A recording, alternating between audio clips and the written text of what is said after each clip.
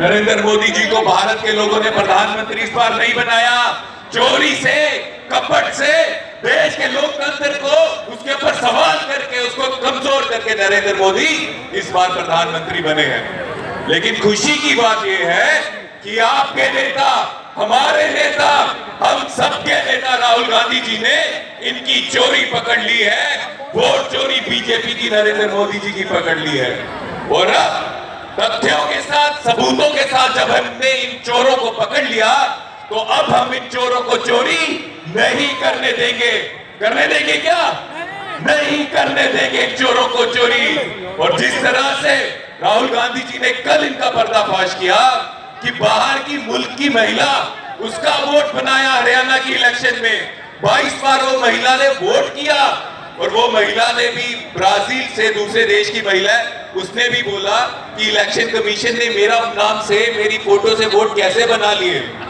तो बात ये है साथियों, ये जो इलेक्शन कमीशन है और ये जो इलेक्शन कमीशन का इलेक्शन कमिश्नर है, ये भी चोरी से ही इलेक्शन कमिश्नर बना है। भारत में जब भी देश में इलेक्शन कमिश्नर बनते थे तो वो जो कमेटी होती थी उसमें भारत के चीफ जस्टिस भी होते थे, सुप्रीम कोर्ट के चीफ जस्टिस। और इस बार मोदी जी ने उस चीफ जस्टिस जो है उनको टीम से बाहर निकाल दिया। उस कमेटी से, जिस कमेटी इलेक्शन कमीशन को चुनती है, उनको बाहर निकाल दिया। और नतीजा, जिस तरह से चोरी चोरी से ये इलेक्शन कमिश्नर बना है, उसी तरह से इलेक्शन कमिश्नर बीजेपी वालों को वोट चोरी करने में मदद कर रहा है। और यही बात हरियाणा में हुई जो राहुल जी ने कल बताया, और यही बात पूरे देश में हुई है। लेकिन ये बात हंसी की मजाक की बात नहीं है। पूरे देश में डंका बोलता है, पूरे देश में भारत की इज्जत होती है कि भारत का लोकतंत्र दुनिया का सबसे मजबूत लोकतंत्र है साथियों।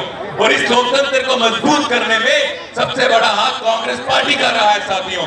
लेकिन शर्म से कहना पड़ता है, जब से ये बीजेपी वाले आए, जब से नरेंद्र मोदी आए, ये हमारे देश को, लोकतंत्र को, देश के लोकतंत्र को खोखला करके सिर्फ अपनी गद्दी में तो जरूर बैठ रहे हैं, लेकिन देश की सभी पूरी दुनिया में खराब करने का काम नरेंद्र मोदी कर रहे हैं इलेक्शन कमीशन के साथ चोरी करके। और देश की छवि को कमजोर होने देंगे? देश की छवि को कमजोर कभी नहीं होने देंगे। हम असली भारतीय हैं। हम आवाज उठाएंगे हर उस इंसान के खिलाफ, चाहे वो बीजेपी का प्रधानमंत्री हो, चाहे अभी बीजेपी के नाम पार्टी के प्रधानमंत्री मोदी हो, चाहे कोई भी नेता हो। देश के साथ विश्वासघात नहीं करने देंगे साथियों, नहीं करने देंगे। हमारे नेता राहुल गांधी जी ने इनका पर्दाफाश कर दिया है। अब जमीनी स्तर पे हम लोगों को आगे आना है। अगर सच्चाई में देश से प्यार करते हैं तो इन लोगों को, देश के लोकतंत्र को खोखला, देश के लोकतंत्र पे डाका नहीं डालने देना साथियों। तो मैं अनुरोध करता हूं आप सभी से कि इस बार इन चोरों को बाहर निकालना है बिहार से। इन चोरों को बिहार के संसाधनों के साथ चोरी नहीं करने देनी है। इन चोरों को बिहार की जमीन जो अमीर लोगों को बेच रहे हैं, दान में दे रहे हैं, ये नहीं देनी है। ये बिहार की पवित्र जमीन है, बिहार के लोगों के लिए है, मोदी जी के दोस्त अडानी के लिए नहीं है। तो ये सब करने के लिए, बिहार को फिर से तरक्की के रास्ते में लाने के लिए आपको महागठबंधन के प्रत्याशी और कांग्रेस के प्रत्याशी जो है उनको वोट डालना है और इन चोरों को बिहार से बाहर निकालना है। और मुझे पूरी उम्मीद है आप ये सब करोगे, देश के लिए, बिहार के लिए, हम सब के लिए। धन्यवाद साथियों, जय हिंद। बहुत बहुत धन्यवाद उदय भानु जी। अब मैं निवेदन करूंगा, जो हमारे बीच चल कर आए हैं भाई इरफान अंसारी जी, जो माननीय मंत्री हैं झारखंड सरकार के, कि आप आए और अपनी बातों से आप सबों को संबोधित करेंगे। माननीय मंत्री जी। धन्यवाद। इरफान जी स्वास्थ्य मंत्री छे, ये पूरा कस्बा के फ्री में झारखंड में स्वास्थ्य कहते हैं। जहाँ तोरा के इलाज में पैसा लगता, चल जाइयो इरफान अंसारी की नजदीक, सब फ्री करवा देगा, फ्री करवा दीजिए। आज पूर्णिया के कस्बा में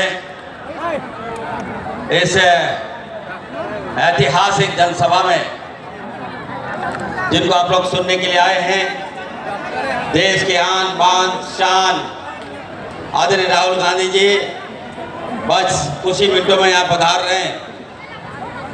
इस मंच पे हमारे बीच इस क्षेत्र के लोकप्रिय हमारे बड़े भाई आदरणीय सांसद पप्पू यादव जी, हमारे यूथ के राष्ट्रीय अध्यक्ष, मंच पे हमारे छोटे भाई नंबर प्रसाद जी, सम्मानित यहाँ सभी पार्टी के नेतागण, यहाँ पे उपस्थित हमारे बुजुर्ग माताएं बहनें और नौजवान साथियों पत्रकार बंधुओं,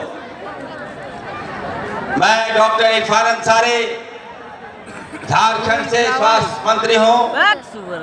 खाद्य एवं आपूर्ति विभाग भी आदरणीय राहुल गांधी जी ने मुझे दिया है और साथ ही साथ भारतीय जनता पार्टी को रोकने के लिए मुझे आपदा विभाग का भी मंत्री बनाया गया है। साथियों, मैं आप सबको कहना चाहता हूं, जब से मैं बिहार प्रवेश किया, पूर्णिया आया हूं, जिन विधानसभा का मैं दौरा कर रहा हूं, जो दुर्दशा मैं देख रहा हूं, मैं बता नहीं सकता, बयान कर नहीं सकता। किस हाल में हैं आप लोग, क्या कर रही है यहाँ की सरकार। देश के प्रधानमंत्री जी यहाँ आए, मुख्यमंत्री जी यहाँ आए, मैं सबकी बातें मैं सुन रहा था। भारतीय जनता पार्टी की बयान में देख रहा था, उनके नेता कर रहे हैं कि मुझे समय दीजिए और बिहार का जो गड्ढा भरने में और समय लगेगा। तो मैंने बयान दिया था अभी कि 20 साल आप लोगों ने यहाँ राज किया, जनता को आपने धोखा दिया, इसके बाद भी आप करेंगे हमें और समय दीजिए गड्ढा भरने का। तो मैं आप तमाम जनता से अपील करना चाहता हूँ, मैं कहना चाहता हूँ, 20 साल आपने गड्ढा नहीं भर सका और अब आपको समय चाहिए। मैं जनता से अपील करने के लिए आया हूँ, मैं कहना चाहता हूँ कि 20 साल उनको दिए, अगली बार 14